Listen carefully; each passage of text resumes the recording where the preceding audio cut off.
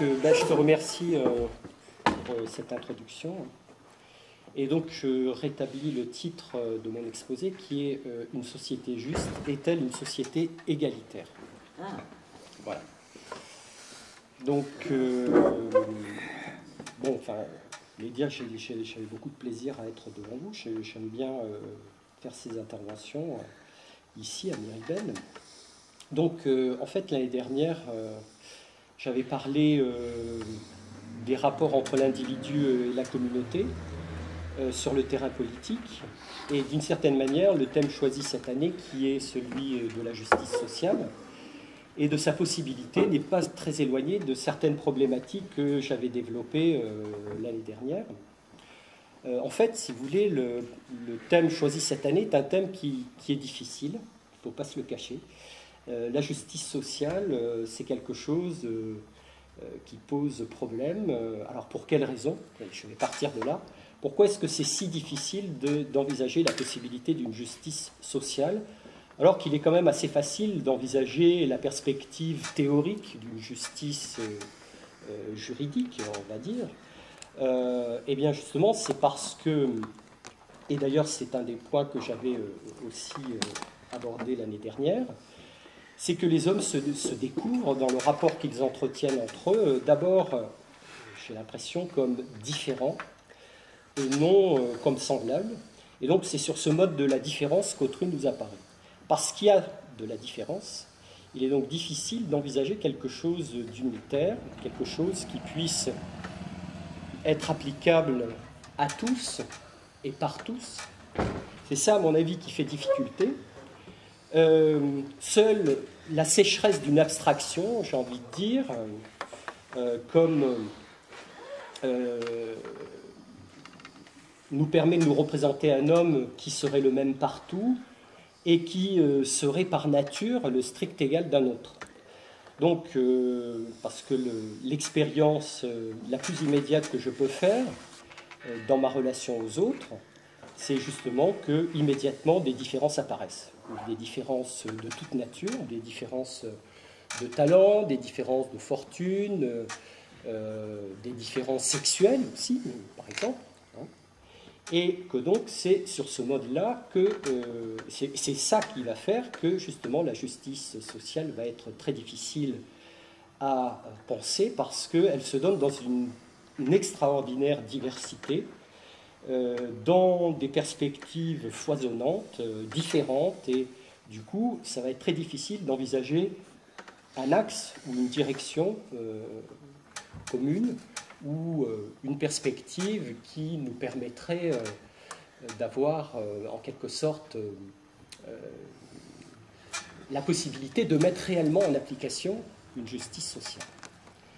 Alors, l'homme des droits de l'homme, par exemple, dont on parle beaucoup, prend des allures un peu fantomatiques parce que justement, cet homme des droits de l'homme,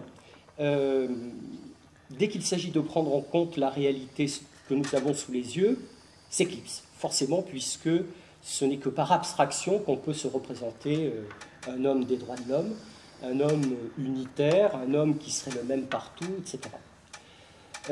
Et cette réalité, celle que nous avons sous les yeux, donc je l'ai dit, c'est une extraordinaire diversité de talents, d'intérêts, de compétences, de fortunes, un foisonnement donc de différences qui nous frappent, et qui nous conduit donc à admettre qu'il n'y a pas deux hommes identiques et dont on pourrait dire qu'ils sont a priori, je dis bien a priori, strictement égaux. Donc, justement, alors, ce matin, Laurent, tu parlais de l'homme juste. Alors justement, je crois que c'est intéressant de dessiner la figure de l'homme juste, mais on n'a pas peut-être clairement aperçu justement le passage de l'homme juste à l'idée d'une justice sociale, parce que la justice sociale suppose quand même une orientation commune, une direction qui pourrait être appliquée ou respectée par tous. Et c'est là où justement il y a problème précisément parce que on est d'abord confronté à la diversité, à la différence, à la hiérarchie, etc. Et que donc la possibilité même d'envisager une justice sociale, c'est-à-dire une justice qui permettrait véritablement d'envisager une égalité réelle entre les hommes, eh bien, semble pratiquement inatteignable, ou en tout cas, dans un premier moment, on va voir qu'elle sera même très difficile à penser. Bon, alors, d'ailleurs, si donc on met en rapport la justice sociale avec l'égalité, est-ce que nous serions prêts, bon, je pose la question comme ça, hein, nous, à dire, bon voilà, nous vivons dans une société qui décrète que tous les hommes doivent être égaux. Or, tous les hommes ne le sont pas. Serions-nous prêts à faire des efforts pour rétablir au moins d'abord un semblant d'égalité entre les hommes, en renonçant à un certain nombre de choses que nous possédons, par exemple, nous avons, et que nous pourrions partager avec d'autres. Est-ce que, par exemple, nous serions prêts à renoncer à un talent particulier qui fait de moi, par exemple, un artiste réputé, qui me permet d'en tirer un certain nombre d'avantages, ou un trader habile qui rapporte milliards à sa banque, ou même tout simplement renoncer à ma résidence secondaire dans le Luberon, à quelques encablures à peine en TGV de Paris. C'est comme si c'était la proche banlieue maintenant. Hein. Est-ce que je serais prêt à le faire? Est-ce que je serais prêt à accueillir, bon, on a parlé ce matin, un certain nombre de sans-papiers dans cette résidence du Luberon pour leur faire passer un séjour agréable et pour partager avec eux un certain nombre de choses de façon à limiter, restreindre ces inégalités qui nous sautent aux yeux finalement quand nous regardons l'immense diversité des situations qui se présentent à nous. Bon. Et que donc, je le répète, cette différence paraît plus immédiate qu'une éventuelle identité ou que quelque chose qui puisse nous rapprocher ou qui nous permette de penser l'homme d'une manière unitaire et de dire effectivement, voilà, nous sommes égaux. Qu'est-ce qui pourrait me conduire aujourd'hui à dire nous sommes égaux, sinon à dire que nous vivons en démocratie et que la démocratie stipule qu'il y a bien une égalité entre les citoyens. Mais en dehors de cette idée qu'il y a une égalité entre les citoyens, où est l'égalité réelle entre les hommes? Donc vous voyez que la difficulté pour envisager la justice sociale, c'est ça, c'est que je peux très bien en théorie, c'est-à-dire en droit finalement, envisager ce que c'est l'égalité, dire. Moi, ça me parle immédiatement quand je dis tous les hommes sont égaux. Ça me parle immédiatement. Mais là, on est sur le terrain du droit. Bon. Mais quand je dis, quand je tourne la tête, je regarde autour de moi, que je me promène dans la rue, quand je vois cette diversité autour de moi, eh bien, je me dis que justement, l'égalité, on a beau la chercher, on ne la trouve pas. Et j'ai envie de dire, mais est-ce qu'on peut dire qu'un seul homme aujourd'hui est l'égal d'un autre? Enfin, je veux dire, deux hommes pourraient se dire, au moins deux. Pour parler d'égalité, il faut être au moins deux. Hein. Deux hommes qui puissent dire, voilà, nous sommes strictement égaux.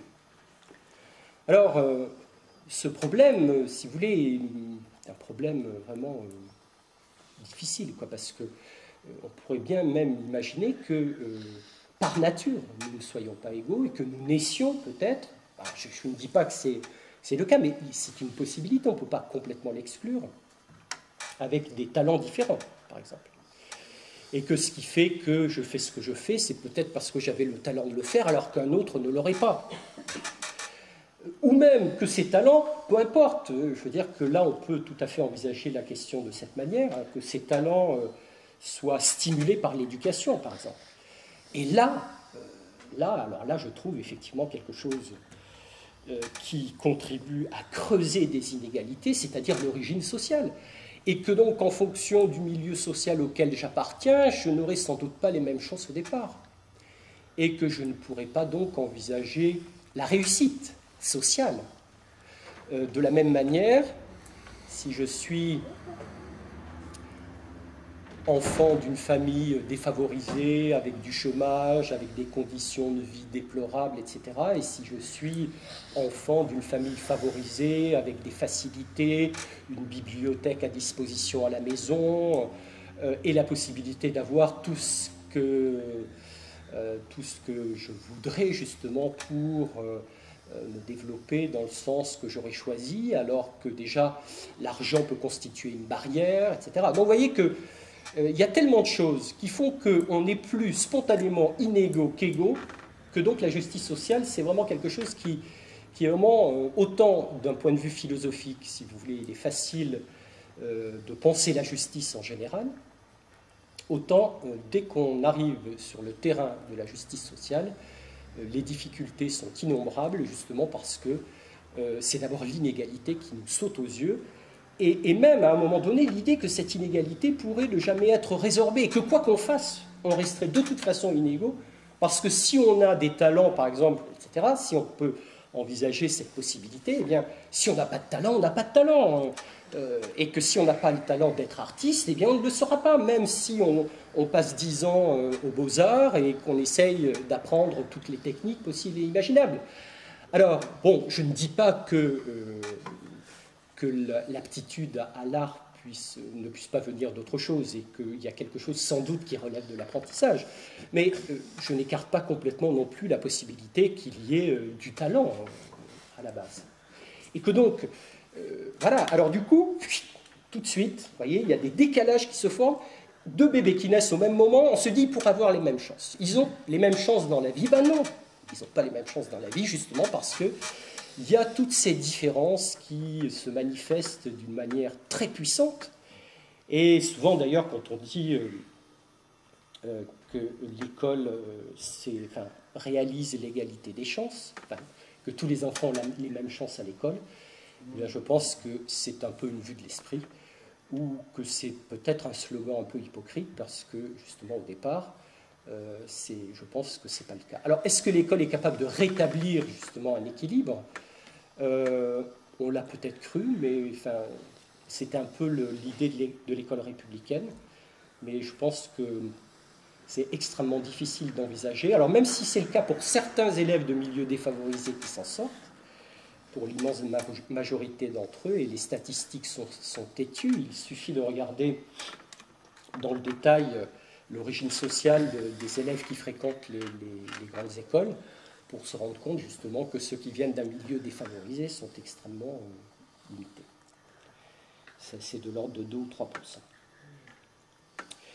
Bon, alors oui, donc je vous parlais de cette résidence dans le Luberon. J'avais oublié de vous préciser que je l'ai reçue en héritage de mes parents. C'est quand même important pour la suite. C'est-à-dire que moi-même, je n'ai rien eu à faire pour l'avoir. Bon.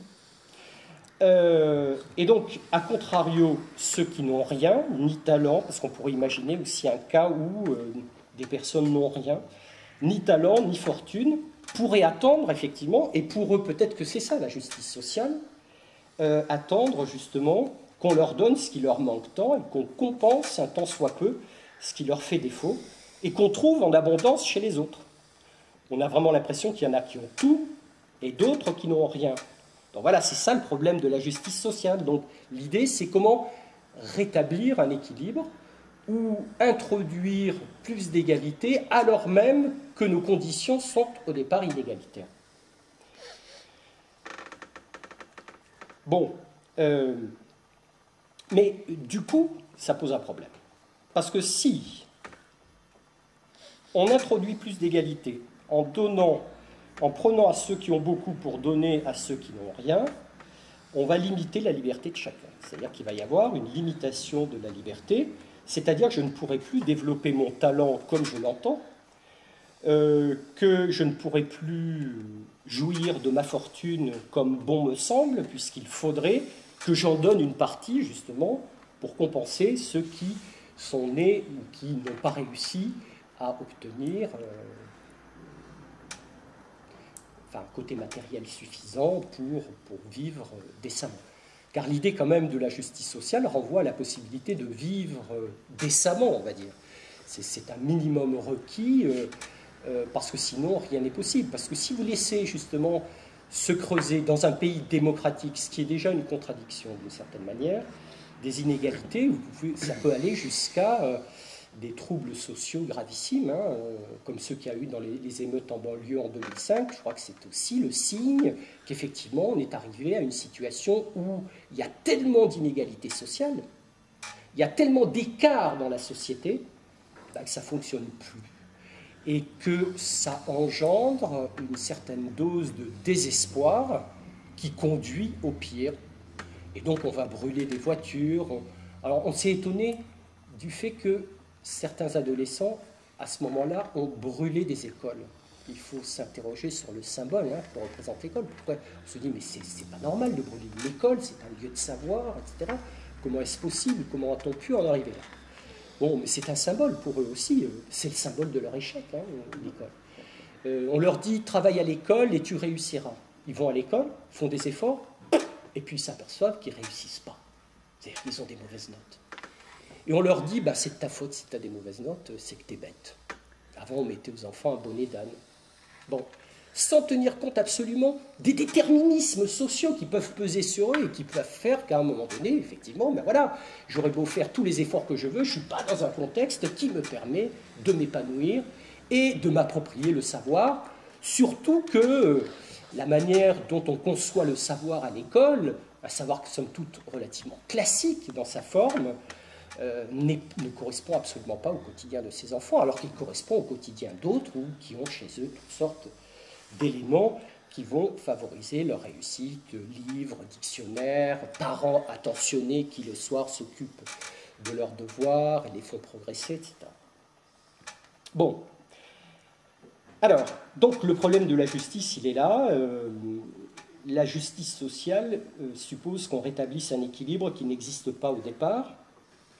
Autrement dit, elle exige plus d'égalité, alors même que celle-ci n'existe en aucune manière, souvent dès la naissance. Et surtout pas, on ne peut pas dire qu'on est égaux simplement parce qu'on vit en démocratie et que, effectivement, les citoyens sont égaux. Nous avons tous les mêmes droits. Mais ça veut dire quoi? Nous avons tous les mêmes droits. Marx fera d'ailleurs la remarque. Si on s'en tient justement à la justice sur le plan du droit, voilà, donc, ça fonctionne. Mais ça cache justement derrière des disparités qui font qu'il y a une distorsion terrible entre le droit et le fait. C'est-à-dire que les choses que nous constatons autour de nous ne vont pas dans le sens de ce qui devrait être, d'une certaine manière, ou de ce qui est stipulé simplement par le fait que nous vivons dans un régime démocratique. Bon, alors, mais comme je vous le disais, il faut d'une certaine manière, le problème c'est que cette égalité entre tous n'est pensable que si on limite la liberté de chacun, et que donc d'une certaine manière ça aussi ça pose problème parce que la question qui se pose est de savoir si on ne pourrait pas envisager la justice sociale comme plus d'égalité, mais aussi comme quelque chose qui est en rapport, enfin, comme la possibilité de ne pas avoir à renoncer justement d'une certaine manière à la liberté. Autrement dit, qu'on puisse concilier dans la perspective de la justice sociale l'égalité et la liberté. Donc, il y a une revendication d'égalité dans la justice sociale qui contribue à limiter par là même les libertés individuelles. Et Platon, justement, à ce propos, lui qui vivait dans un régime démocratique, on connaît le régime démocratique athénien, alors il ne correspondait pas exactement à celui que nous vivons aujourd'hui, c'est un système de démocratie directe. Il disait, tels sont les avantages de la démocratie. C'est un gouvernement agréable, anarchique et bigarré, qui dispense une sorte d'égalité aussi bien à ce qui est inégal qu'à ce qui est égal. Donc, nous touchons là, avec cette remarque de Platon, au cœur du problème. Chacun voit bien que les hommes sont très dissemblables en ce qui concerne leurs talents, leurs aptitudes, et même peut-être leur intelligence. Enfin, on ne l'exclut pas complètement, même si ça m'écorche la bouche de dire ça, d'une certaine manière, parce que je ne crois pas vraiment que comme dit Alain, l'un soit intelligent, l'autre pas. Enfin bon, c'est souvent plus compliqué que ça. Donc chacun voit bien que les hommes sont très dissemblables en ce qui concerne leurs talents, leurs aptitudes ou même leur intelligence, donc, mais parce que la démocratie décrète l'égalité d'un point de vue civil et juridique, comme je vous le disais tout à l'heure, il faudrait la traduire dans les faits et ainsi accepter que tout homme, parce qu'il y a aussi, c'est ça, si vous voulez, le problème de la justice sociale, c'est que si on égalise à marche forcée, et ben ça veut dire que n'importe qui peut réclamer n'importe quoi. En gros, c'est ça. Si vous voulez. Il y a vraiment cette tension. Alors d'un côté, on est scandalisé par les inégalités, puis de l'autre, on se scandalise aussi du fait que si on égalise, qu'on décrète la stricte égalité de tous, ça veut dire que n'importe qui peut revendiquer n'importe quoi et que pour accéder à une tâche de magistrature, par exemple, on peut le faire même si on n'en a pas les compétences. Donc c'est ça qui révoltait Platon, d'une certaine manière, et que parce qu'on décrète l'égalité d'un point de vue civil et juridique, il faudrait donc la traduire dans les faits et ainsi accepter que tout homme puisse, par exemple, je viens de le dire, revendiquer un poste de magistrat, alors même qu'il n'en a pas du tout l'étoffe, ou qu'il peut faire semblant de l'avoir, mais s'il fait semblant de l'avoir, ça veut dire qu'il a une certaine habileté, et que de ce fait, il ne serait pas dépourvu de talent, d'une certaine manière. Et donc, en fait, voilà, c'est sur cet épineux problème qu'a buté la philosophie politique depuis le départ. L'égalité est une exigence, puis en même temps, dès qu'on essaye de l'appliquer au niveau social, il y a des problèmes comme celui que je viens d'indiquer. N'est-il pas finalement injuste de donner quelque chose à celui qui ne le mérite pas aussi, finalement? Bon. Alors, on se scandalise des différences qu'il y a entre les hommes, que certains aient tout et d'autres rien, puis en même temps, on se scandalise aussi d'une égalité possible qui serait décrétée, appliquée, mais qui verrait des gens dépourvus de talent demander des choses auxquelles ils ne peuvent pas aspirer parce qu'ils n'ont pas le talent nécessaire pour y souscrire. Bon, voilà. Donc, je peux bien postuler en droit une égalité entre tous les citoyens, mais en fait, cette égalité semble irréalisable, ou alors au prix d'une limitation drastique de la liberté individuelle et de la possibilité pour chacun de jouir de ce qui lui appartient ou de ce qu'il peut revendiquer en fonction du talent qu'il a, qui est le sien, etc. Nous sommes donc devant une vraie difficulté. La justice sociale appelle l'égalité, mais nous sommes confrontés à la diversité, à une diversité telle chez l'homme qu'en fonction de ce que, d'ailleurs, chaque société va reconnaître comme ayant de la valeur, et ça peut changer en fonction des orientations que telle ou telle société va donner. La réussite sociale, elle n'est pas la même partout. On valorise certaines choses dans certaines sociétés et d'autres dans d'autres sociétés. Par exemple, le courage dans une société guerrière ou la capacité à échanger dans une société marchande, etc. Donc ça renforce encore la difficulté. Donc, par conséquent, si la société change d'orientation ou que d'autres valeurs apparaissent, la réussite sociale changera d'orientation. Et donc, quoi qu'il en soit, il est impossible de faire disparaître les différences. Donc, en fait, dans cette introduction, j'ai essayé de vous montrer que par quelque bout qu'on prenne le problème, on se trouve dans une sorte d'impasse. C'est-à-dire qu'on ne sait pas comment. Parce que si on force du côté de l'égalité, on perd du côté de la liberté, on se retrouve dans une situation où, comme dit Platon, j'adore cette phrase, je n'arrête pas de la répéter, une égalité aussi bien à ce qui est inégal qu'à ce qui est égal. Bon. Et que donc, à ce moment-là, certains occupent des postes qui ne leur reviendraient pas parce qu'ils n'ont pas le talent, etc. Et si on ne le fait pas, on est confronté à des inégalités insupportables et que donc voilà, on est d'une certaine manière ici dans une sorte d'impasse. Et donc le problème que je vais traiter est le suivant. Donc si les hommes sont différents, ne faut-il pas différencier? Donc ça pourrait être une piste, si vous voulez, pour trouver, et je ne prétends pas d'ailleurs trouver une réponse à la fin, mais au moins donner quelques pistes qui pourraient nous faire avancer un petit peu. Si les hommes sont différents, ne faut-il pas différencier également les moyens qu'il faut mettre en œuvre pour réaliser la justice sociale?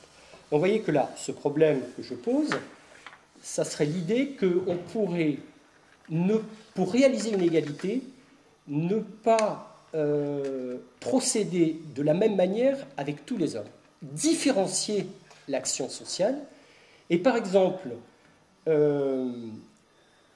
introduire une sorte d'inégalité dans le traitement des différentes situations qui se présentent pour rétablir une égalité sans porter atteinte à la liberté. Ça va être extrêmement périlleux. Alors la justice, c'est une vieille idée. Bergson le rappelle dans les deux sources, la morale et la religion. La justice, écrit-il, a toujours évoqué des idées d'égalité, de proportion, de compensation. Et depuis l'origine, c'est autour de ces concepts qu'on a essayé de penser la justice. Il semblerait qu'il existe à l'origine entre les hommes donc des différences naturelles, peut-être dès la naissance, je l'ai dit tout à l'heure, amplifiées par l'éducation, ce qui contribue donc à instaurer dans la société des différentiels importants, des différences très importantes entre les hommes. Et peut-être que justement la société a été rendue possible, si on y pense bien.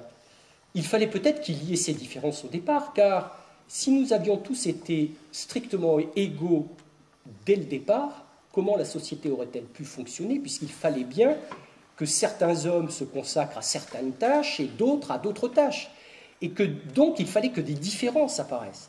Donc je pense qu'il ne faut pas s'étonner qu'il y ait des différences, parce que sans ces différences, peut-être que la société n'aurait même pas pu se constituer. Si je donne l'exemple de la division du travail, enfin, je veux dire, s'il n'y avait pas eu de division des tâches, de division du travail, si ceux qui avaient une aptitude pour telle tâche n'avaient pas accompli cette tâche et d'autres une autre tâche parce qu'ils avaient une meilleure aptitude pour celle-ci, et que si tout le monde avait une aptitude de menuisier, qui aurait construit il n'y aurait pas eu de maçon. Si dans une société de menuisier, il n'y a pas de maçon. Dans une société de maçon, il n'y a pas de menuisier. Dans une société de musiciens, il n'y a pas de peintre, et inversement. Bon, donc, il faut bien une différenciation, et le social, c'est ces différences qui, finalement, se complètent pour former la société, pour la rendre tout simplement possible. Donc, ça va favoriser les échanges économiques, mais aussi les échanges sociaux. Si on était tous menuisiers, et si on avait tous cette compétence, je reprends cet exemple, de quoi on parlerait? De menuiserie? C'est quand même limité, même si j'ai rien contre la menuiserie, je trouve tout à fait... je trouve que c'est un métier qui est très très bien. Donc voilà. Mais le problème, c'est ça. Donc il faut bien que des différences apparaissent pour que ne serait-ce que des conversations entre les hommes soient possibles. Pour qu'on se parle, il faut bien que... Voilà, qu'il y ait des choses différentes qui apparaissent, ou qu'on puisse s'étonner de ce que fait quelqu'un, parce que si on fait tous la même chose, on ne s'étonnera plus de rien, et si on ne s'étonne pas, ben on ne pensera pas, il n'y aura pas de dialogue, il n'y aura rien, etc. Bon. La société, donc, valorise ces différences. Elle ne peut pas faire autrement, sinon il n'y aurait pas de société en consacrant certaines tâches, considérées, parce que le problème, c'est que on ne peut pas faire autrement, il faut qu'il y ait des différences, mais en même temps, on va introduire une hiérarchie. Et donc voilà, alors, du coup, qui dit hiérarchie, dit inégalité. Donc voilà, ça c'est encore difficile. Vous avez une nécessaire différence, parce que sinon ça ne pourrait pas fonctionner, et dès que vous avez une différence, vous avez une hiérarchie. C'est-à-dire que dans toute société, on valorise certaines tâches ou certains talents, et pas d'autres. Et ça peut changer en fonction des sociétés. Dans certaines sociétés, comme je vous le disais tout à l'heure, on valorise les sociétés guerrières, on valorisait le courage. Dans des sociétés marchandes, on valorisait l'aptitude à échanger, à s'enrichir, que sais-je. Bon, donc là, vous aviez... donc vous avez donc cette perspective que dès que des différences apparaissent, et il ne peut pas ne pas y avoir des différences, des inégalités se font jour, et donc, c'est pas juste. Enfin, il y a un problème de justice qui se pose.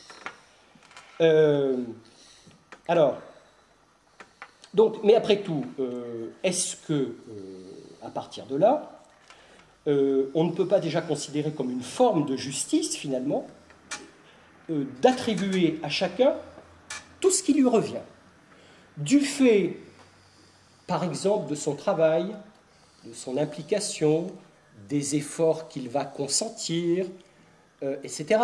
Parce que, finalement, est-ce qu'on viendrait aider spontanément celui qui ne fait rien?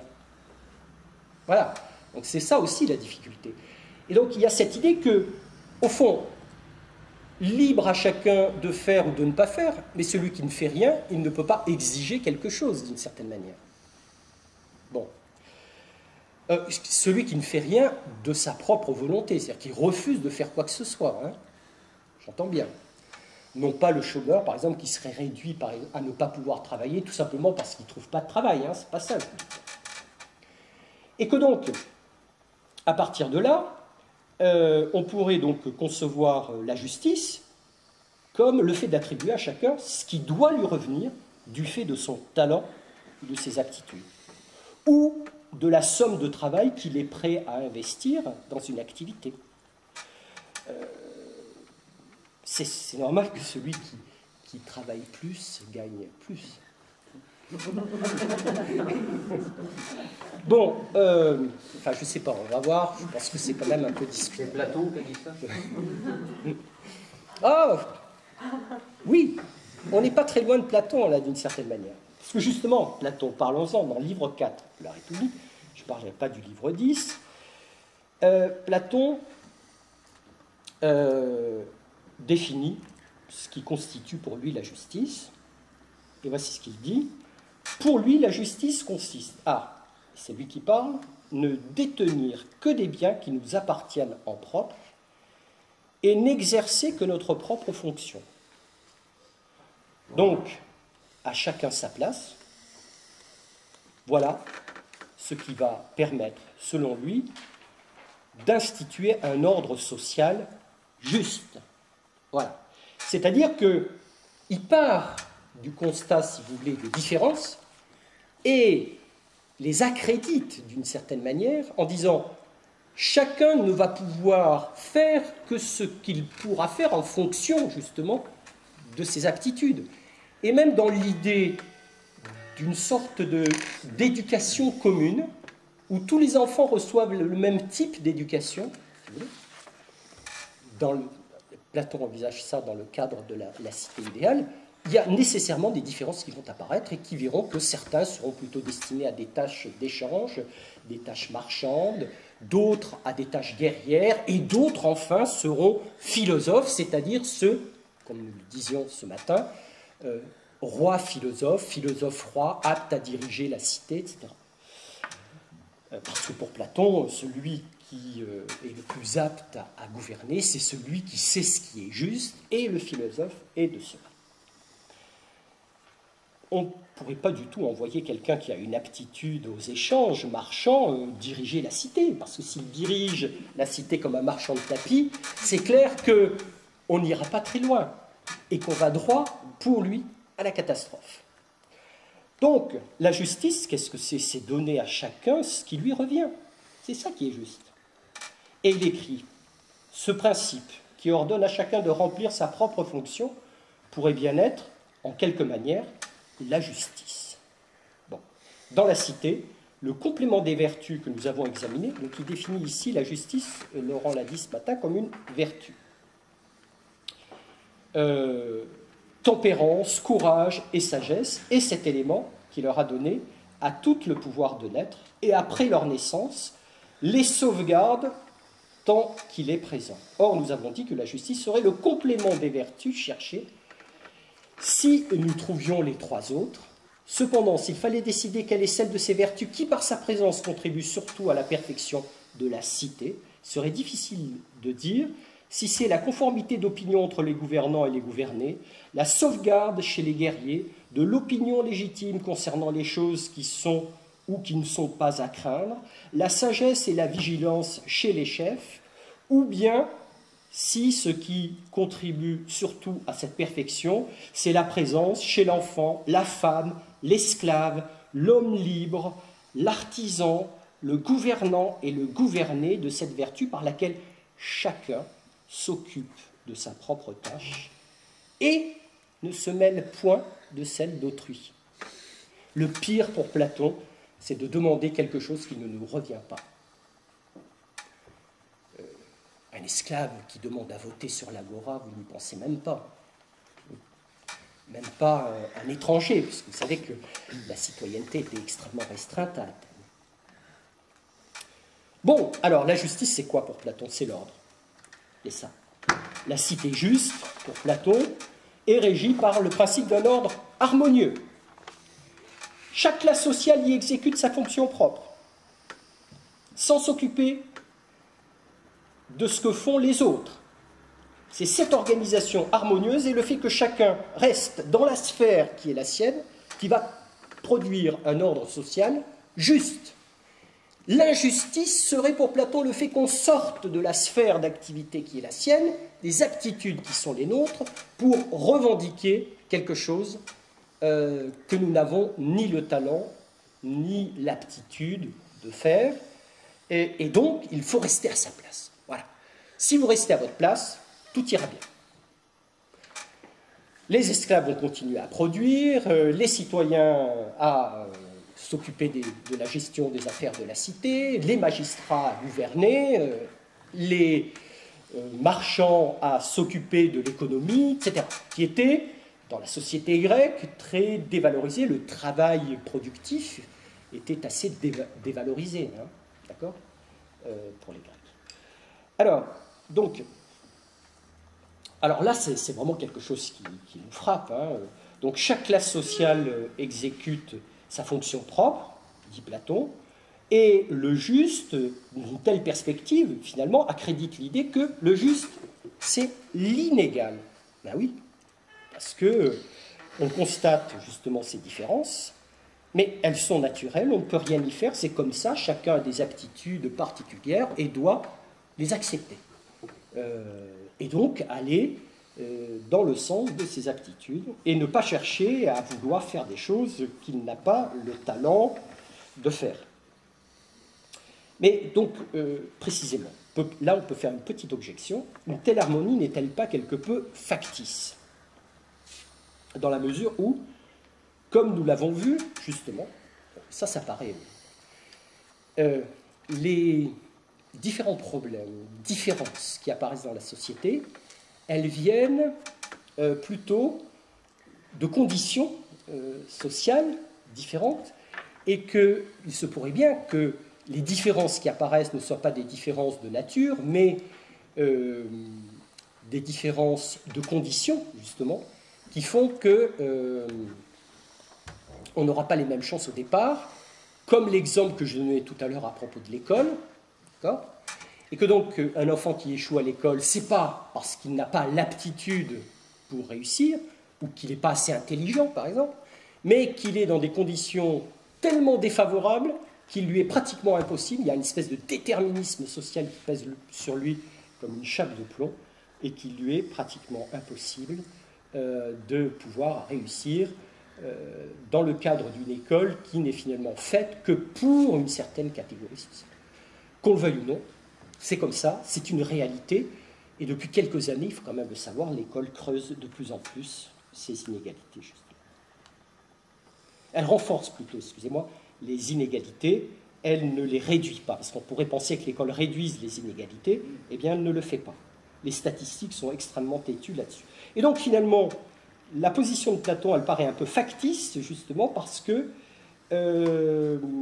il considère comme juste ce qui est injuste, finalement, du fait que ça ne vient pas d'un talent qu'on aurait ou qu'on n'aurait pas, mais peut-être de situations sociales particulières qui font qu'à un moment donné, eh ben, on ne va pas pouvoir aller dans la direction, on ne va pas pouvoir choisir telle ou telle perspective, justement parce que on est dans une situation qui ne le permet pas. Alors, c'est sans doute ces objections qui ont conduit, justement, Laurent en parlait ce matin, dans le livre 5 de l'Éthique à Nicomaque, Aristote envisage la question d'une autre manière. C'est-à-dire, justement, il prend conscience, lui, à un moment donné, que alors même qu'il reprend l'idée, le propos à propos de la justice, cette idée d'ordre et d'harmonie qui règne dans la cité, il introduit une distinction entre ce qu'il appelle la justice distributive et la justice corrective. C'est juste avant le passage dont parlait Laurent ce matin. De la justice particulière, écrit Aristote, et du juste qui y correspond, une première espèce est celle qui intervient dans la distribution des honneurs ou des richesses ou des autres avantages qui se répartissent entre les membres de la communauté politique, car dans ces avantages, il est possible que l'un des membres ait une part inégale ou égale à celle d'un autre. Et une seconde espèce est celle qui réalise la rectitude dans les transactions privées. Cette forme du juste a un caractère spécifique différent de la précédente. En effet, le juste distributif des biens possédés en commun s'exerce toujours selon la proportion dont nous avons parlé, c'est-à-dire ici de la proportion géométrique. On en parlait ce matin, justement. Puisque si la distribution s'effectue à partir des richesses communes, elle se fera suivant la même proportion qui a présidé aux apports respectifs des membres de la communauté. C'est-à-dire, en fonction de l'apport de chacun, on lui donnera ce qu'il mérite, d'une certaine manière. Si j'ai fait beaucoup, j'aurai beaucoup. Si j'ai fait peu, j'aurai peu. Et l'injuste, opposé à cette formule du juste, est ce qui est dehors de la dite proportion. Au contraire, le juste dans les transactions privées, tout en étant une sorte d'égal, et l'injuste une sorte d'inégal, n'est cependant pas l'égal selon la proportion de tout à l'heure, mais selon la proportion arithmétique. Donc il distingue deux types de proportions, la proportion géométrique et la proportion arithmétique. Peu importe en effet que ce soit un homme de bien qui ait dépouillé un malhonnête homme, ou un malhonnête homme, un homme de bien, ou encore qu'un adultère ait été commis par un homme de bien, ou par un malhonnête homme, la loi n'a d'égard qu'au caractère distinctif du tort causé et traite les parties à égalité, se demandant seulement si l'une a commis et l'autre subit une injustice. Et donc là, on ne prend plus du tout en considération l'origine sociale, la qualité de la personne, mais on se réfère exclusivement à la loi. Voilà. Par conséquent, et je termine, cet injuste dont nous parlons, qui consiste dans une inégalité, le juge s'efforce de l'égaliser. Et là, il donne quelques exemples, c'était vraiment intéressant, j'avais beaucoup ri. En effet, quand l'un a reçu une blessure et que l'autre est l'auteur de la blessure, ou quand l'un a commis un meurtre et que l'autre a été tué, la passion et l'action ont été divisées. Ben oui, il y en a un qui a subi et l'autre qui a fait subir, en partie inégale. Mais le juge s'efforce, au moyen du châtiment, d'établir l'égalité en enlevant le gain obtenu. Voilà. Donc, la justice, c'est l'égalité. Ok, on est tous d'accord. Mais l'égalité elle-même peut se comprendre de deux manières. L'égalité arithmétique, dont on a parlé à l'instant, et l'égalité entre deux termes. L'égalité géométrique et l'égalité entre deux rapports. Ce n'est pas la même chose. Et le gâteau de ce matin, je suis obligé de reprendre l'image du gâteau. Hein. Voilà. Deux parts de gâteau peuvent être égales. Si elles le sont, il y a égalité arithmétique. Nous sommes bien d'accord. Mais on peut aussi considérer que l'égalité est réalisée si les parts sont proportionnelles au mérite, par exemple. C'est-à-dire que l'enfant qui aura été sage, il aura une plus grosse part de gâteau que celui qui aura fait des bêtises. Ou il pourra même ne pas en avoir du tout. Et donc il est juste, peut-être, de donner beaucoup à l'un qui a été méritant et peu à l'autre. Voilà. Alors, donc vous voyez qu'en fait,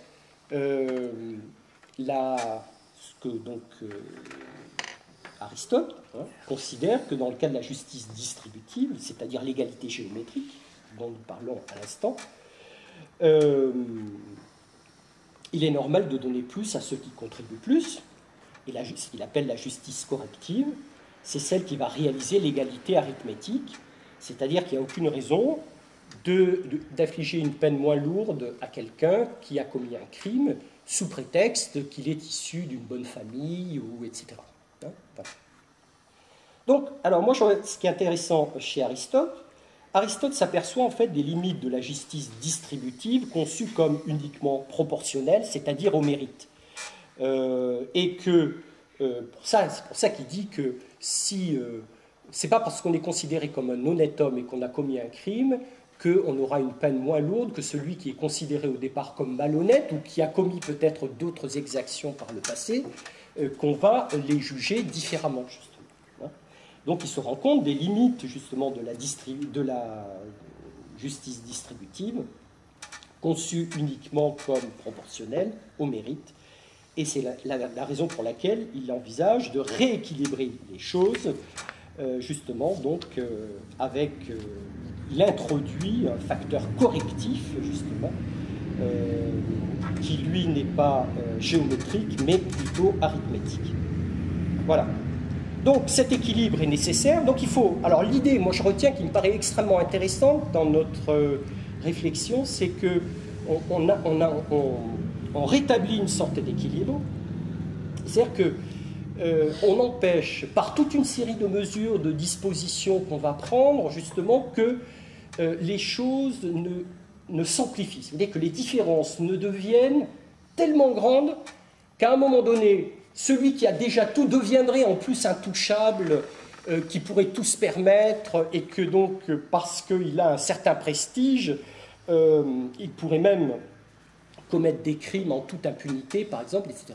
Donc ça ne peut pas fonctionner, parce que si on laisse justement les inégalités se creuser, s'amplifier, il va arriver un moment où on ne pourra plus rien contrôler, et on basculera dans une espèce de guerre civile, et ça sera la destruction de la société. C'est-à-dire qu'on ne peut rien en attendre de bon.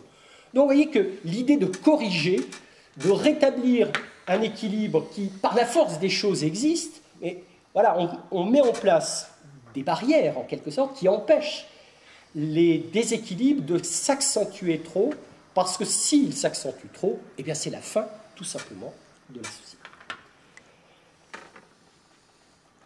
Voilà. Donc, par conséquent, puisque les conditions ne sont pas les mêmes entre les hommes, que la société est obligée de prendre en compte ces différences, il s'agit de penser un type d'égalité qui rende possible la vie en commun, tout en conservant les différences. Qui rendent possible la vie en commun, mais tout en conservant les différences.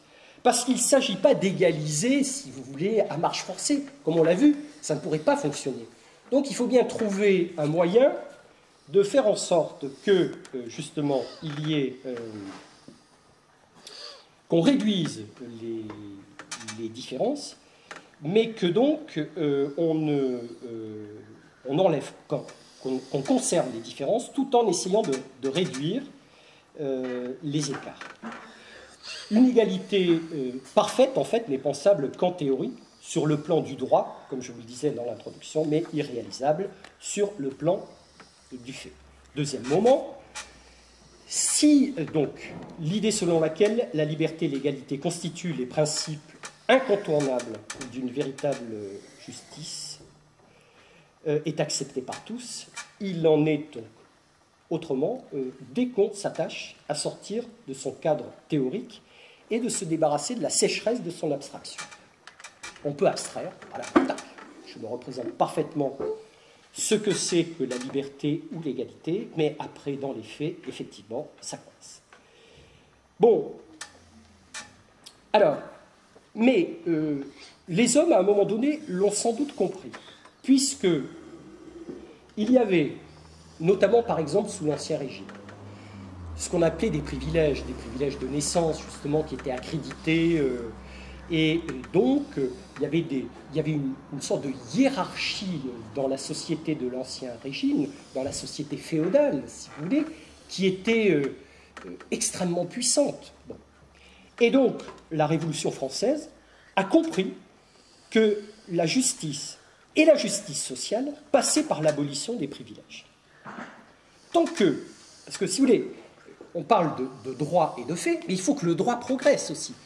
J'ai envie de dire qu'on ne peut pas envisager de justice sociale si on n'a pas établi la justice aussi sur le plan du droit. Et donc, l'abolition des privilèges liés au rang, à la fortune, etc., ça a été la première chose que les révolutionnaires ont mis en place, l'abolition de ces privilèges. C'est-à-dire que sur le plan juridique et sur le plan politique, il faut en arriver à l'idée que tous les citoyens sont égaux.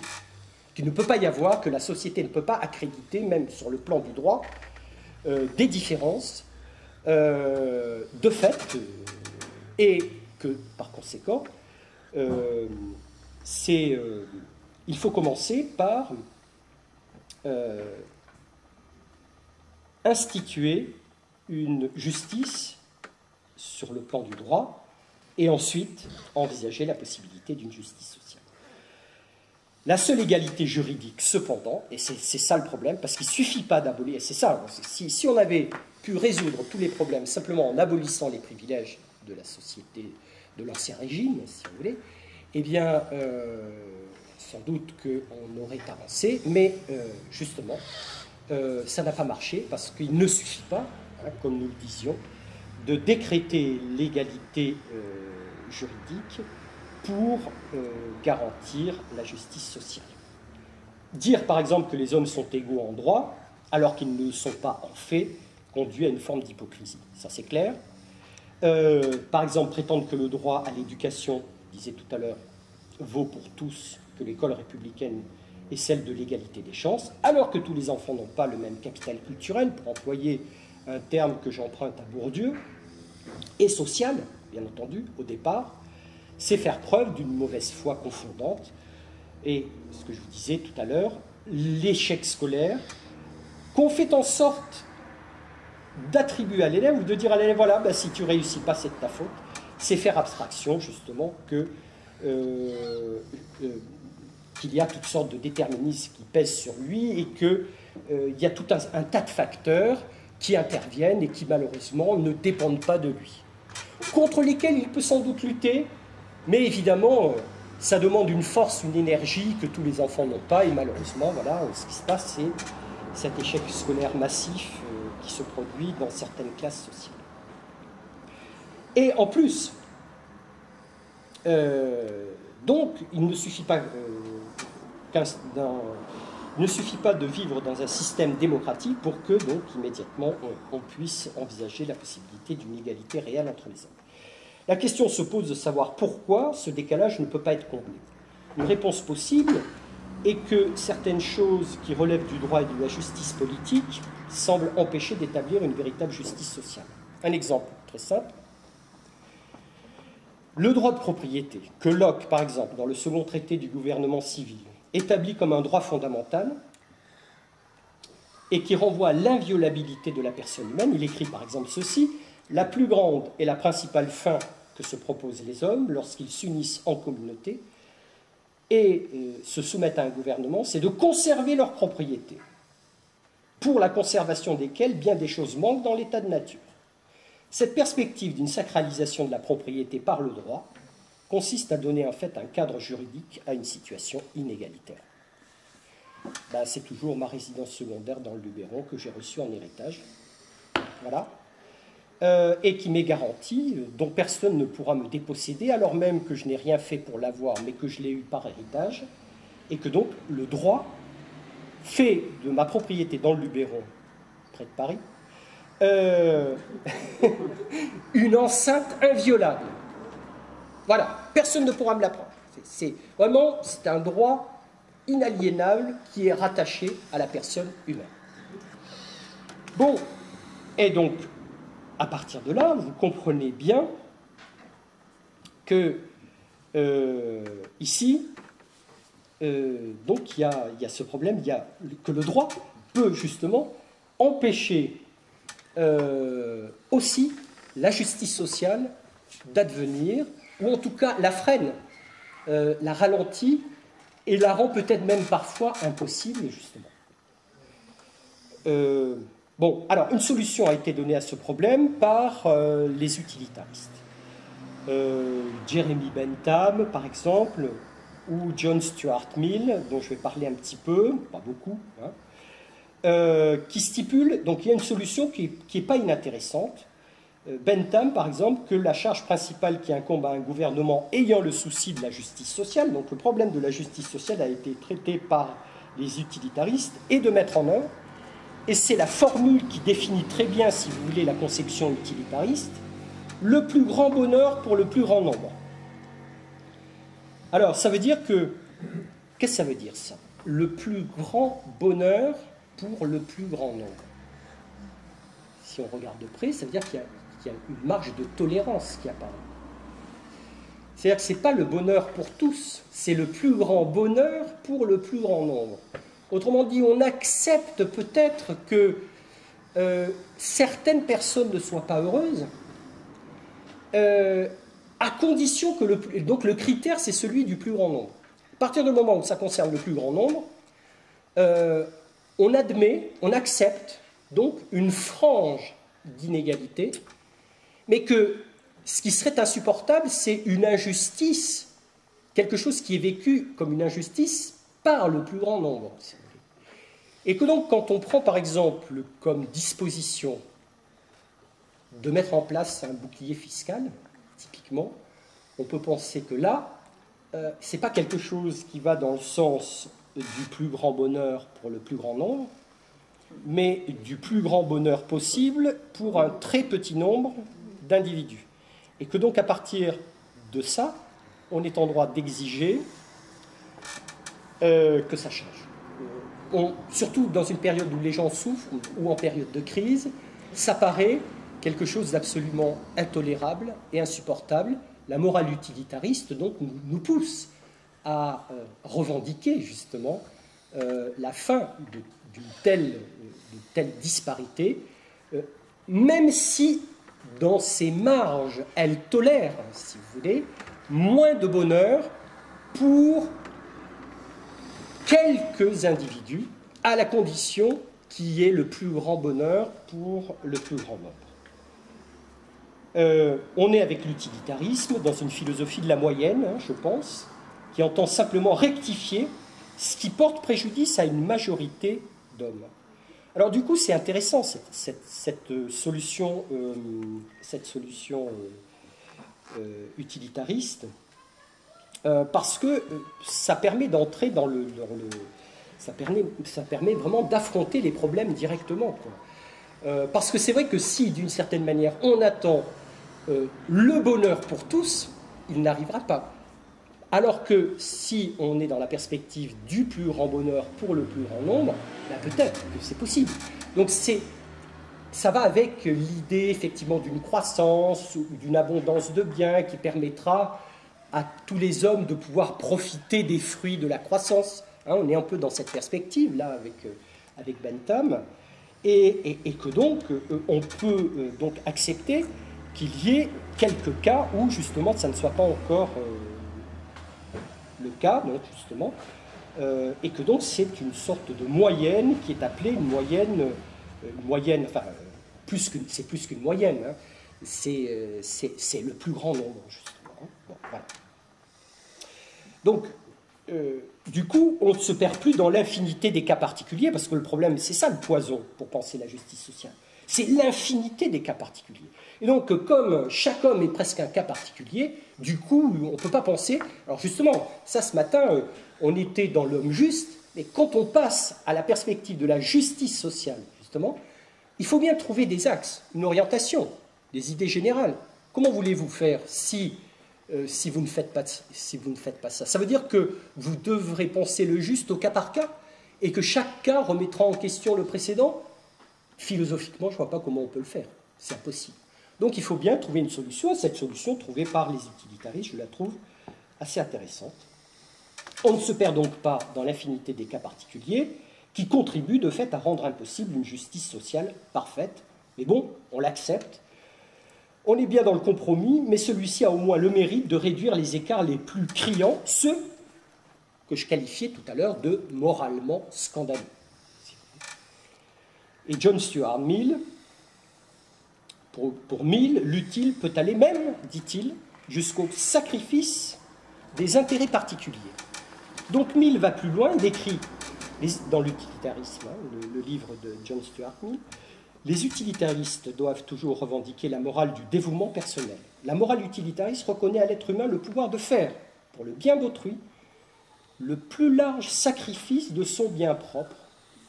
Le bonheur que les utilitaristes ont adopté comme critère de la moralité et de la conduite n'est pas le bonheur personnel d'un agent, mais celui de tous les individus, concerne les individus, celui de tous les individus. Fondement de cette doctrine paradoxale quand même, Mill plaçait le sentiment moral, ce sentiment naturel, écrit-il, et puissant, qui doit nous servir de base. Il existe, et c'est lui, dès que le bonheur général est reconnu comme l'idéal moral, qui constitue la force de la moralité utilitariste. Ce fondement, ce sont les sentiments sociaux de l'humanité, c'est le désir, et ça c'est vraiment important, de vivre en bonne harmonie avec ses semblables. Le désir de vivre en bonne harmonie avec ses semblables. Mais, bon, du coup, cette perspective présente quand même un inconvénient. C'est-à-dire qu'on tire trop du côté, effectivement, d'une démarche qui pourrait mettre en place une justice sociale, mais au prix quand même d'un sacrifice individuel. Et l'individu, donc, et la liberté individuelle sont donc, en quelque sorte, sacrifiés au profit d'une perspective collective qui est celle du plus grand nombre. C'est toujours le plus grand nombre qui prime sur l'individu. Et donc, du coup, la liberté individuelle. Et par conséquent, on retombe dans les problèmes précédemment évoqués, où quand on gagne sur le terrain de l'égalité, on perd sur celui de la liberté. Et enfin, je vais aborder un dernier point dans mon exposé. Alors, comment on va faire? Est-ce que... Bon, on n'est pas... C'est pas foutu, là. Eh bien, non. Non, parce qu'il y a quelqu'un qui va nous sauver la mise. Bon, Michel va nous parler beaucoup plus abondamment demain. C'est un philosophe américain, se nomme John Rawls, et qui, lui, construit sa pensée sur une critique de l'utilitarisme, justement, tel que nous venons de l'évoquer ici, dans un livre qui a fait date, paru en 1971, qui s'appelle « La théorie de la justice », et qui l'a complété quelques années plus tard par un autre qui s'intitule « Justice et démocratie ». Bon, alors, qu'est-ce à dire? Sur quelle base, demande Rawls, pourrait-on construire les règles d'une justice, et c'est ça l'issue, qui respecterait le droit des individus et le souci de l'égalité. Alors ça paraît être la quadrature du cercle. Bon. Dans sa théorie de la justice comme équité, alors ça justement, c'est ça qui est intéressant, il introduit la notion d'équité dont on parlait ce matin, qui a donné lieu à un certain nombre de discussions.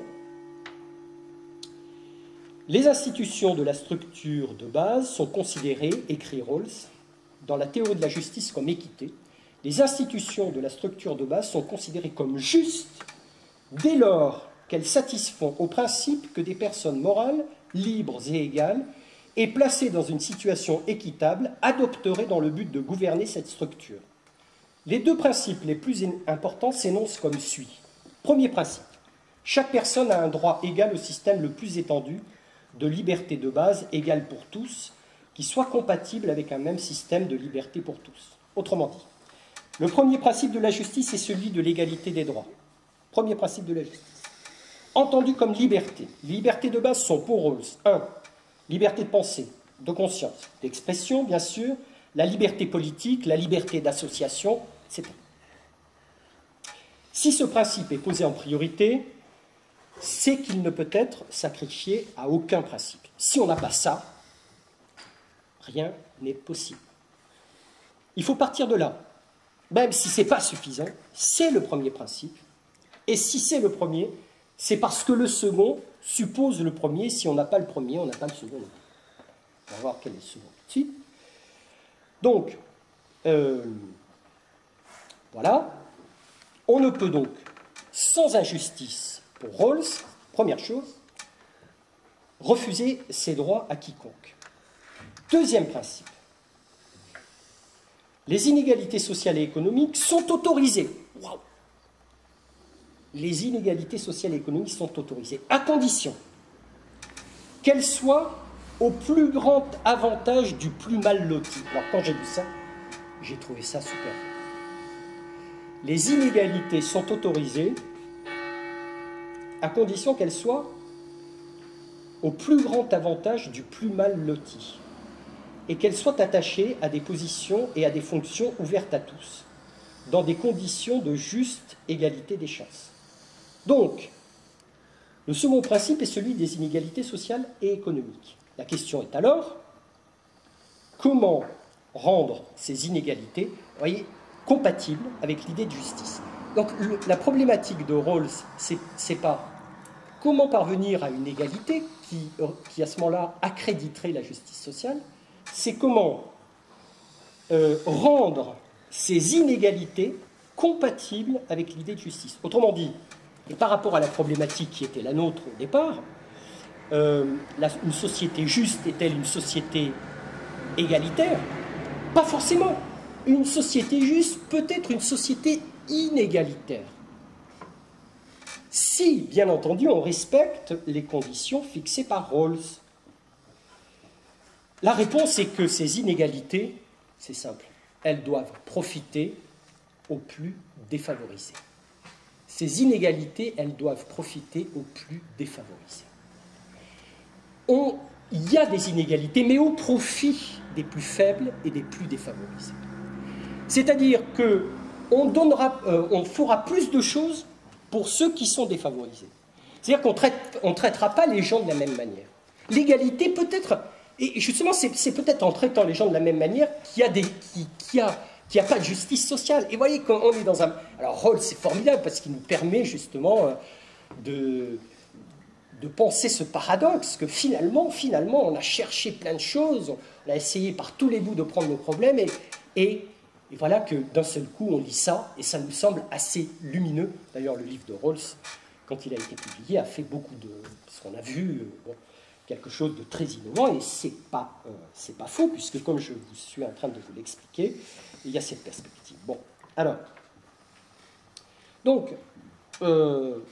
la réponse, donc, c'est qu'elles doivent profiter, ces inégalités, je vous le disais, aux plus défavorisés, d'une part, et être rattachées à des positions ouvertes à tous, d'autre part. C'est-à-dire pas seulement, quand même, mais je vais vous prendre un exemple tout à l'heure, vous allez voir. Mais donc, ouvertes à tous, d'autre part, c'est-à-dire respecter l'égalité des chances.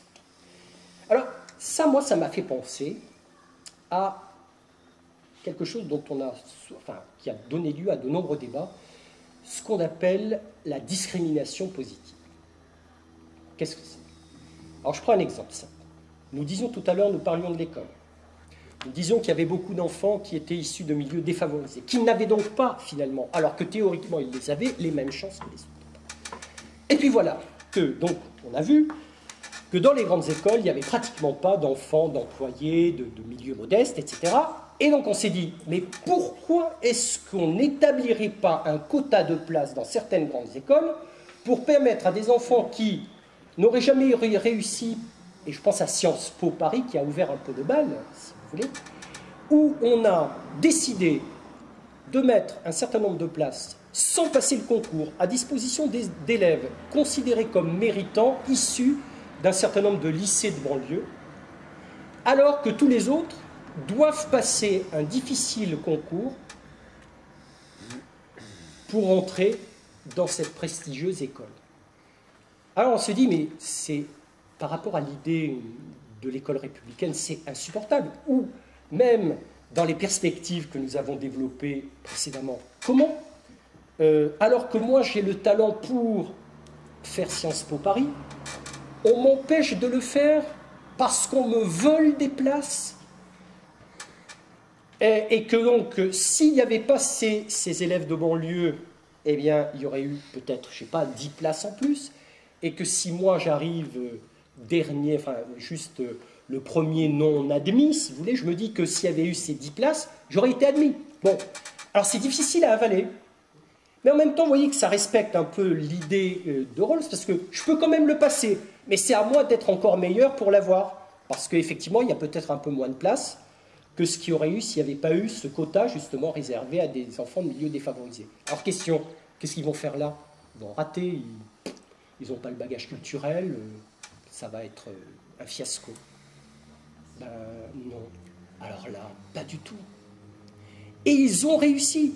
Ils ont rattrapé pendant leurs années de formation à Sciences Po, justement, parce que le plus gros problème, c'était au niveau de la culture générale, un déficit énorme, et il faut avoir une culture générale relativement vaste si on veut faire Sciences Po, sinon on n'arrive à rien. Eh bien, ils l'ont rattrapé, ils ont mis les bouchées doubles. Et du coup, à la fin, parce que maintenant, il y a déjà des promotions qui sont sorties, eh bien, il n'y a plus de différence entre les étudiants qui sortent de Sciences Po. C'est-à-dire qu'on ne voit plus vraiment la différence, peut-être parce qu'il y a moins d'habits de marque, ou je ne sais pas, mais simplement sur l'apparence physique, mais sinon, par rapport au profil qu'ils ont, il n'y a plus vraiment de différence. Donc, c'est un peu l'idée, si vous voulez, qu'on va... Il faut... Alors, vous voyez, c'est pas juste d'autoriser certains à passer sans concours, parce que tous les autres doivent le passer. Mais il faut que ça profite aux plus défavorisés, tout en n'empêchant pas, tout en gardant quand même la possibilité... Parce que là où ça ne fonctionnerait pas, c'est si on avait dit, allez, on réserve toutes les places de Sciences Po à des élèves issus de milieux défavorisés. Bon, mais là, voilà. Alors, bon, après, ça provoquerait un tollé assez important, non? Tu crois pas? Si on le faisait. Voilà. Alors, donc, voilà pour cet exemple, et je termine. Bon, cette idée d'égalité des chances, elle est un petit peu ambiguë, hein, bon, mais donc l'idée, c'est bon que ce que Rawls appelle les mal lotis puissent bénéficier de choses que la plupart des autres, dont la plupart des autres ne bénéficient pas. Voilà. Alors, voilà. Donc c'est ça l'idée que développe Rawls. Et c'est une piste qui permet de comprendre comment... Alors juste une dernière chose qui me paraît importante pour un peu généraliser tout ça. Rawls écrit... Alors c'est ce thème assez connu du voile d'ignorance. Qu'est-ce que c'est que cette affaire? Bon, Rawls précise en effet que... S'il vous plaît, on n'a pas bien entendu. Oui, alors le voile d'ignorance. Le voile d'ignorance. C'est un concept que Rawls met en avant et qui consiste en ceci, je vous l'explique, précise que pour se mettre d'accord, donc Rawls, sur les règles de justice, il faut supposer, sur ces règles de justice, il faut supposer, alors parce que, non, alors juste avant, il écrit ceci, je vous lis juste un tout petit passage. On comprend pourquoi, si nous concevons les partenaires comme des personnes morales libres et égales, ils doivent savoir très peu de choses sur eux-mêmes. Je renvoie ici aux restrictions du voile d'ignorance, car procéder autrement permettrait à des effets contingents et disparates d'influencer les principes destinés à gouverner leurs relations sociales en tant que personnes morales. Donc, qu'est-ce que c'est que cette histoire de voile d'ignorance? C'est une situation hypothétique que décrit Rawls, et non historique, qui s'apparente un peu aux définitions de l'état de nature qu'on trouve aussi bien chez Hobbes, par exemple, que chez Rousseau, dans les théories du contrat. Et c'est d'ailleurs d'une sorte de contrat qu'il s'agit. Ne sachant pas, c'est ça le voile d'ignorance, ce qu'ils feront, s'ils feront ou non partie des mal lotis dont nous parlions tout à l'heure, imaginons que les hommes ne sachent pas ce qui les attend. De ce que sera la vie, ça me rappelle donc le mythe d'Air dont nous parlions ce matin.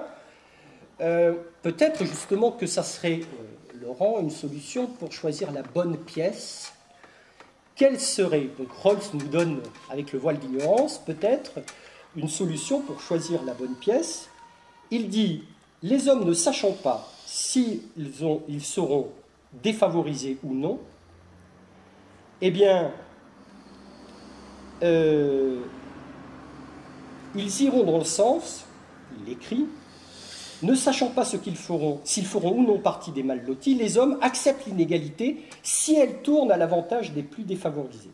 Rawls s'entend ainsi montrer, finalement, comment le libéralisme social et économique dans lequel nous vivons peut être rendu compatible, en toute rigueur, avec l'idée de justice sociale. Si je me dis que je peux être moi-même défavorisé ou mal loti, comme dit Rawls, eh bien peut-être justement que j'accepterai des choses que, alors que je suis justement dans une situation favorable, je n'accepte pas. Et si on peut imaginer justement que je ne sache pas ce qui m'attend, et que je me dis qu'effectivement, c'est une possibilité que j'ai une mauvaise vie. Alors qu'est-ce qu'une bonne vie, justement? Une bonne vie, ça serait une vie où je réfléchis à la possibilité pour moi d'être dans une situation défavorable. C'est-à-dire je ne me projette pas dans un avenir qui serait toujours favorable pour moi, si on me demande d'imaginer comment je vois ma vie, mais que je puisse justement me mettre dans la situation où cette vie puisse être vécue d'une manière négative ou me retrouver dans une situation défavorable, faire partie de ce qu'on appelle les défavorisés. Voilà. Ainsi donc, pour finir, l'idée de justice équitable, c'est ça que Rawls défend, c'est que la justice est selon lui non pas posée une fois pour toutes, et c'est ça l'équité. On en a parlé ce matin, donc ça cadre parfaitement avec ce qu'on a dit ce matin, mais à redéfinir à chaque fois pour que soit maintenue une distribution équitable des charges et des avantages sociaux et que les inégalités restent profitables aux plus défavorisés et non déjà aux favorisés. Bon, quelques mots de conclusion, je termine. L'intérêt de cette analyse, c'est de conduire, en fait, et c'est ça qui était intéressant, parce que justement, ça poursuit un peu la réflexion qu'on a eue ce matin, puisque ici, finalement, on a essayé, dans cet exposé, de donner des orientations, des pistes pour envisager la possibilité d'une justice sociale, sachant que c'est très difficile, voire même impossible. On y a essayé. Finalement, on a essayé de conduire aussi loin qu'on le pouvait cette exigence de rationalité, parce que le thème étant la justice sociale, une société peut-elle être juste? Il faut quand même essayer de penser la justice sociale. C'est ce qu'on a essayé de faire. Mais finalement, la limite de la position de Rawls, c'est sans doute celle d'une définition des simples conditions de possibilité de la justice, mais pas du fait que cette justice se réalise réellement. Mais est-ce qu'on peut aller plus loin? Je ne le pense pas. Je pense qu'on peut simplement dire, voilà, il y a ces pistes, il y a ces possibilités qui s'ouvrent à nous. Eh bien, peut-être que c'est à nous, après, effectivement, d'en faire un bon usage. Et donc, au fond, on peut se demander si on peut déterminer a priori ce que recouvre la notion d'inégalité profitant profitant à chacun. Eh bien, il ne me semble pas que ça puisse véritablement fonctionner. Je pense que le débat sur le juste et l'injuste n'est pas clos. Tout ce qu'on peut dire, c'est une amorce de réflexion. La justice, c'est à construire. C'est clair, il n'y a qu'à regarder autour de nous. On a encore, je pense, beaucoup de chemin à faire. Une société plus juste constitue une sorte d'idéal vers lequel on doit s'efforcer de tendre, sans vraiment qu'on puisse prétendre, sans peut-être même jamais l'avoir atteint. Mais on va s'efforcer en permanence d'aller le plus loin possible dans cette voie. Et on finira en disant que c'est la raison pour laquelle la condition sine qua non de la justice, c'est la liberté et celle de faire faire entendre son point de vue et son désaccord, c'est-à-dire mettre en place une discussion. Cette liberté, nul ne saurait en être privé sans commettre à son égard la plus grave des injustices, celle d'ôter à l'homme son humanité même, sa faculté de penser et de juger. Donc, on ne pourra jamais séparer égalité et liberté. Voilà. Merci.